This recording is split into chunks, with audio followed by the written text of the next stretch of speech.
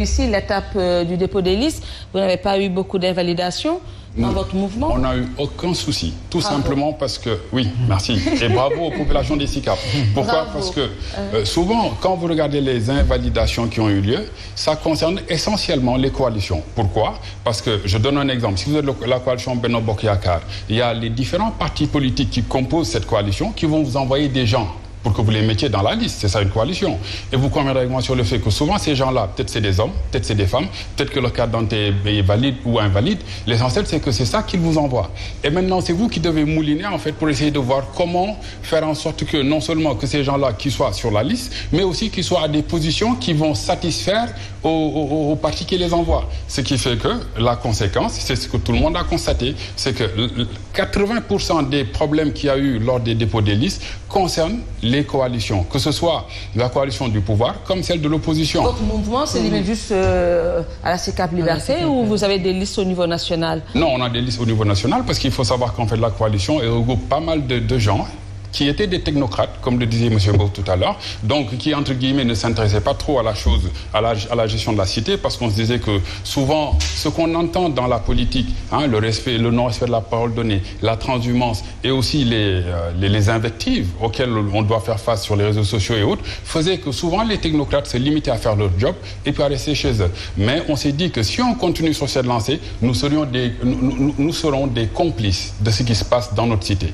C'est pourquoi nous sommes impliqués fortement dans la gestion de la cité. Et au jour d'aujourd'hui, quand vous rentrez dans les SICAP, vous voyez qu'effectivement, l'écrasante majorité de la population adhère à notre programme, tout simplement parce que c'est un programme qui est conçu sur des réalités que tout le monde voit. Madame a parlé tout à l'heure de pavage. Elle a dit qu'elles en ont un peu. Nous, on n'en a pas.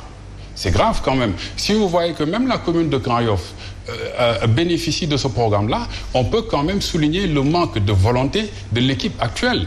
Je ne vais pas m'arrêter au niveau du pavage. Elle a parlé aussi des femmes qui s'impliquent dans le développement local. Mais nous, dans notre programme, on prévoit de mettre en place des fonds de garantie qui vont nous permettre de décrocher des lignes de crédit dans les banques de microfinance et de manière à ce qu'une femme qui est vendeuse de poissons au marché de Liberté 6, qui n'a pas de titre foncier, qui n'a pas de carte grise de véhicule pour pouvoir bénéficier d'un prêt dans une banque normale, elle pourra, à travers notre ligne de crédit, bénéficier d'un financement pour faire son business et rembourser par elle-même. C'est pourquoi nous dénonçons vigoureusement l'assistanat auquel on veut nous initier et on veut nous Alors, mettre... Je voudrais vous entendre, puisque vous prenez une nouvelle manière de faire de la politique, de gérer les collectivités, je voudrais vous entendre sur le débat concernant cette charte de non-violence. Qu'est-ce que vous en pensez? Alors, exactement. Avant de venir à vous, je vais également entendre Yafatou sur ce sujet-là. Vous me donnez l'opportunité, effectivement, d'appeler tout le monde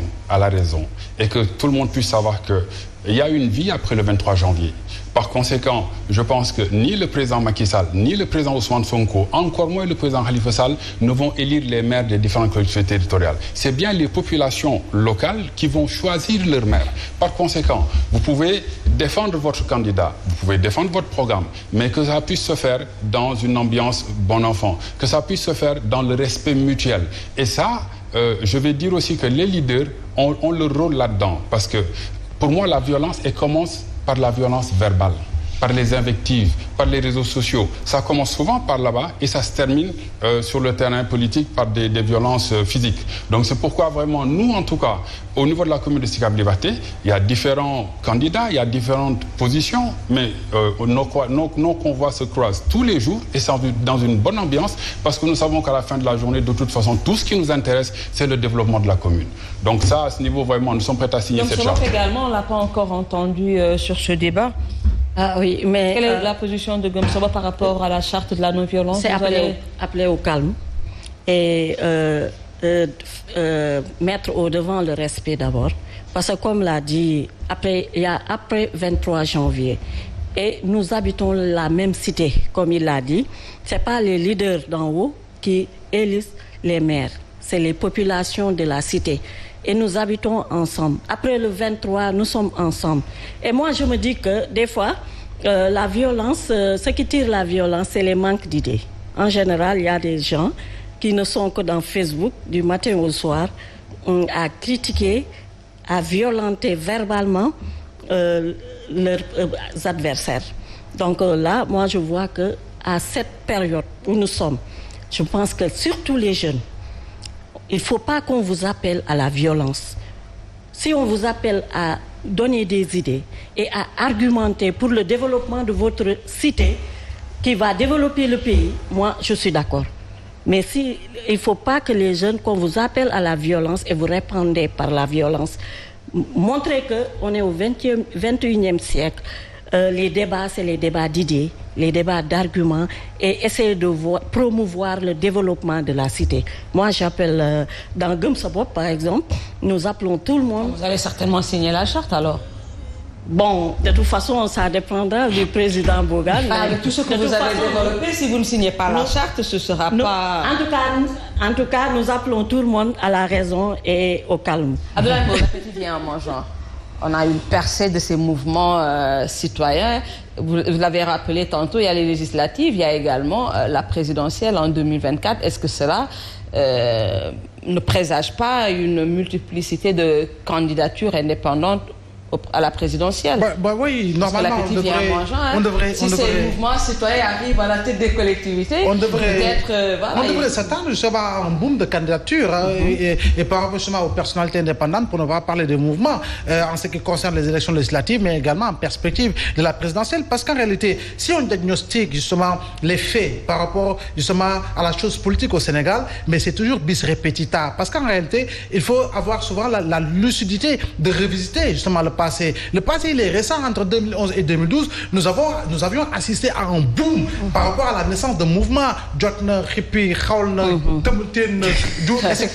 Donc, en perspective du combat justement que les gens menaient contre la troisième candidature, et pratiquement la voie était ouverte. Et la naissance du mouvement du 23 juin, etc.